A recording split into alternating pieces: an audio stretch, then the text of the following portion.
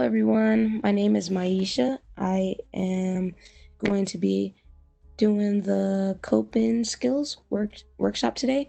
So we're just going to go ahead and get into it. So I'm going to go ahead and share my screen. So, as I said, my name is Myesha Senior. I'm the 2020 to 2021 Wellness Center Graduate Assistant. Right here, we would have done an icebreaker, but being that it's just me, I'm just going to go ahead and break the ice like that. All right, so the goal for today is to provide a space for students to discuss some of the angst around the new changes that are developing with the transition back after COVID-19. The purpose is to provide coping skills and resources for students during these uncertain times. So, as we know, there's a lot of changes going on and just a lot of uncertainty as we transition back onto campus face to face or whatever it may be. So we just wanted to provide a space and some skills and some resources for you all to feel a little more comfortable, a little more at ease, or do whatever we can to help you all out. So I just kept this portion into the presentation because I still want you all at home to be able to take that time to do a check-in. So how are you feeling with all of these changes? Take that time. Like, are you feeling uncertain? Are you having concerns about health? Are you having concerns about money, just social distance, and what are you just worried about what things are going to look like? All of those things are very valid during this time, and that's okay. We're all feeling it. We're all in this state of flux where one thing that's said today could be different tomorrow. So it's very understandable. That's why I still want you all to take the time to think about what you're feeling during these times. All right. So we're going to talk about things we can do to combat anxiety. And the main thing that we're going to talk about today is developing coping skills. So there's 3 ways to cope with general anxiety disorder: social coping skills, physical coping skills, and emotional coping skills. So we're going to go ahead and look into it. So there's 6 key coping skills we're going to talk about today. And just because there's 6 doesn't mean that's the only 6 coping skills. There's a lot more that are out there, but these are just 6 that we want to touch bases with now. We're going to talk about these different coping skills as well as the pros and cons to each. So let's first start off with distractions. So distractions is something that I feel like a lot of us use day to day and we don't really realize.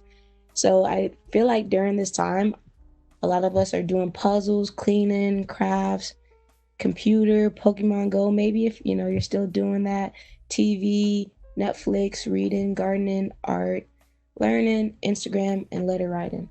So those are like more common. That's a more common coping skill where you're just trying to distract yourself from whatever's going on day to day. So the pros to this is that it gives your heart and mind a break. Great for short-term relief and great to get through a crisis. And we're all in a crisis right now. This pandemic is definitely considered a crisis. So some cons to these things is you can't do it for too long and it can't resolve underlying issues. And some meds may make it hard to focus. So one thing that we might have to realize is that when we're binge watching Netflix, that's not going to deal with some of the issues that we're having. It's just going to be a temporary distraction, which is sometimes good, but we can't. Too much of anything is not good. We're not going to get to the heart of the real issues that we're feeling if we're not taking a little bit of time to focus in. So as I said, with all these coping skills, there's going to be a positive, but there's also a couple cons with it too. So next is grounding. So grounding could be described as basically being in the present. So just being focused in and just being in the moment. So things that help with grounding is yoga, hiking, observing nature, using your senses, journaling, meditating, prayer, walking on the grass barefoot, or chewing slowly. Those are a lot of simple, easy ways to have that grounding within you. So some pros to this is that grounding helps to reduce physicality of anxiety, and it slows the dissociation process and can establish feelings of peace. So a lot of us might notice when you meditate or when you do yoga, when you're just out in nature, you kind of feel this sense of peace. And I know it's kind of hard to be out in nature these days with social distances, but just because you have the social distance doesn't mean that you can't be outside. You could be in your backyard, you could be somewhere. Just make sure you're maintaining that distance, but also getting that fresh air and staying active as well. Yeah, so some cons is dissociating dissociation may be helpful. So basically what that means is sometimes it's good to dissociate, especially if it's something that involves like trauma or anything like that. Sometimes you don't want to sit with that. You don't want to be sit and focused on that. So sometimes it is good to dissociate um, from things. So when you're grounded, you're kind of really within it, and sometimes you do need to get a little away. So that's the con for that. The next key coping skill is emotional release. So this one is, a lot of people laugh at this one, but like if you just yell, you scream, run, maybe take a shower, dance, sing loudly, pop balloons, exercise, cry, and laugh. I think this one is very important. I think this is one that a lot of people are not as comfortable with, but we should, try to push ourselves to get more comfortable with it. It's okay to, sing really loudly in the shower or sing really loudly in your car. It's a good way to release some of that emotions that we have within ourselves, and as well as to cry. It's okay to cry. It's okay to laugh. It's okay to yell. It's okay to scream. Yeah. So next, we'll talk about the pros. So the pros for emotional releases: it reduces strong emotion. It's great for anger management and helps with fear, guilt, and shame. Some of the cons with this is hard to do in public. So just imagine you just out of nowhere just scream, that's gonna be a little like awkward maybe, but it's okay. It is okay. All right. And it may feel unnatural or odd, like just like I just, like I tried to just scream and it felt unnatural and odd for me to do, and I'm in my house. So that's okay. And fatigue may reduce effort. So if you're tired, you might not be able to do as much, like especially exercising. So the next key coping skill is thought challenge. So what thought challenge looks like is when you write down negative thoughts, then list all the reasons why they may not be true. Also imagine if a loved one had these thoughts, what would you tell them? So that's important. I think this is a really important coping skill, because sometimes we have to challenge those negative thoughts that come within us. It's easier for us to be, in my opinion, it's easier for us to be nice to others. So sometimes when you have that time to really think, like, what would I say to someone else who had these thoughts? That's a really big part of it, is because sometimes we're our biggest critiques, and when you think about it as an outsider looking in, you're able to be a little more gentle with yourself. All right, so pros: it can help shift thinking habits. Being more logical reduces emotion. Cons: the more emotional you are, the harder this may be to do. So for example, feelings of shame may be a challenge. So it's harder for you to write down or, find some positive thoughts when you're having some feelings of shame, or challenge those thoughts of shame. All right, so the fifth coping skill is self-love. So self-love, also known as self-care, massage hands with nice cream, manicure your nails, cook a special meal, clean your room, maybe a bubble bath, a long shower, buy yourself a treat.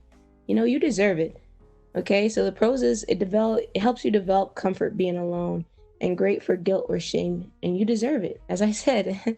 So I think this is also a big one, because sometimes now that we're moving into an area where we have to spend a lot of times by ourselves, it is important to have that self-love and develop some comfort being by yourself, especially when we're having these quarantines and social distancing protocols in place. So the cons may be that you find it hard to do. It's hard. Sometimes it's hard for us to focus that self-love on ourselves. Focus in on ourselves, and it may feel superficial, but it's not. It's necessary. You have to tend to yourself and water yourself before you can even water others. So the last coping skill we're going to talk about today is access higher self. So what this looks like is when you help someone, you volunteer, smile at a stranger, random acts of kindness, pet animals, or just join a cause. Those are a lot of different ways that you can access that higher self. Pros of this is it reminds us that everyone has value, and that purpose can be found in both large and small things. So when we talk about like watering a plant, that could be a small thing. Petting an animal, that's a small thing, but it has so much value within it. Or even if you do something big, as you volunteer for a really large organization and you're doing something really great. you feel connected and like you're adding to this world. And then some cons is that you don't want to forget about you in the process of trying to save everyone else.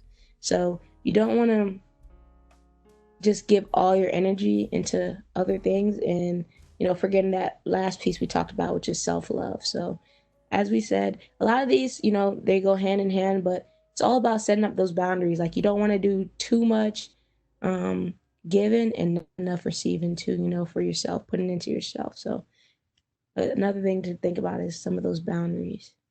All right, so that are those. I'm sorry. Those are the six key coping skills that we have. All right.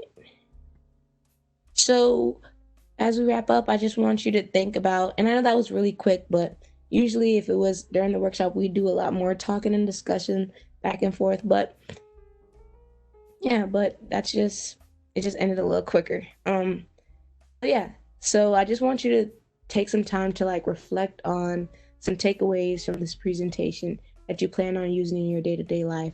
So maybe you're going to use distraction more. Maybe you're going to, watch some Netflix, not too much Netflix, or maybe you're going to read or garden. Maybe you want to practice some mindfulness meditation to ground yourself. Maybe you want to loudly in the shower or sing loudly in your car, or maybe you need to write down some of those thoughts and challenge them, or just clip your nails. That's an easy form of self-care, or even just volunteering or just making someone smile. All right. So those are the six, and I want you to just think about maybe just two of them that you want to try to implement in your day-to-day life to help you cope with the changes that we're facing right now. All right.